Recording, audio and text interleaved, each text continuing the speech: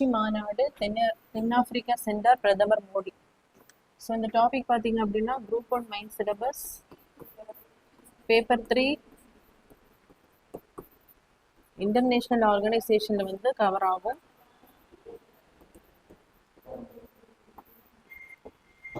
So இந்த G20 மாநாடு அப்படிங்கிறது 20 நாடுகளுடைய அந்த கூட்டமைப்பு தான் நம்ம G20 கூட்டமைப்பு அப்படின்னு சொல்லுவோம். ஸோ இதுல இருக்கக்கூடிய நாடுகள் பார்த்தீங்க அப்படின்னா G7ல இருக்கக்கூடிய நாடுகள், அதாவது US, கனடா, பிரான்ஸ், ஜெர்மனி,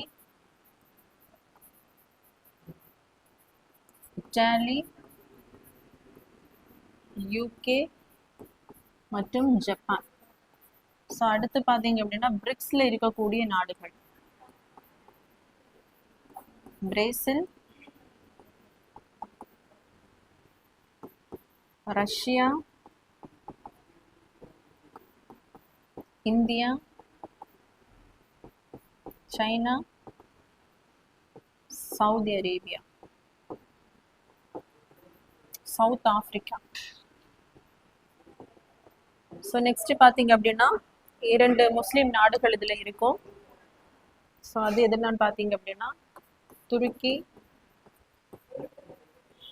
அதே மாதிரி சவுதி அரேபியா. ஸோ இது தவிர இருக்கக்கூடிய நாடுகள் வந்து Indonesia, Australia, Mexico,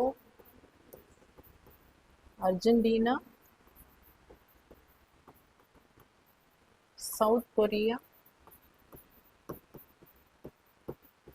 and European நாடுகள், யூரோப்பியன் யூனியன். ஸோ இந்த 20 நாடுகளுக்கு இடையான ஒரு கூட்டமைப்பு தான் நம்ம G20 மாநாடு அப்படின்னு சொல்லுவோம். ஸோ இந்த வருடத்திற்கான அந்த G20 மாநாடு பார்த்தீங்க அப்படின்னா தென்னாப்பிரிக்காவில் இருக்கக்கூடிய ஜொஹானஸ்பர்க்ல வந்து நடைபெற போகுது.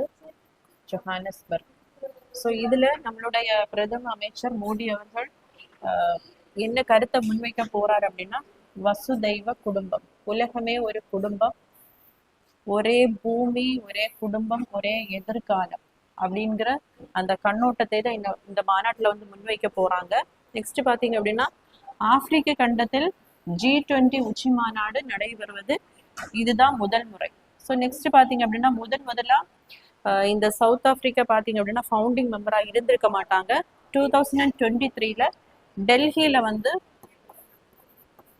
இந்த கூட்டமைப்பு வந்து நடைபெறும் போதுதான் சவுத் ஆப்பிரிக்கா இதுல என்ன பண்ணிருப்பாங்க அப்படின்னா ஜாயின் பண்ணிருப்பாங்க.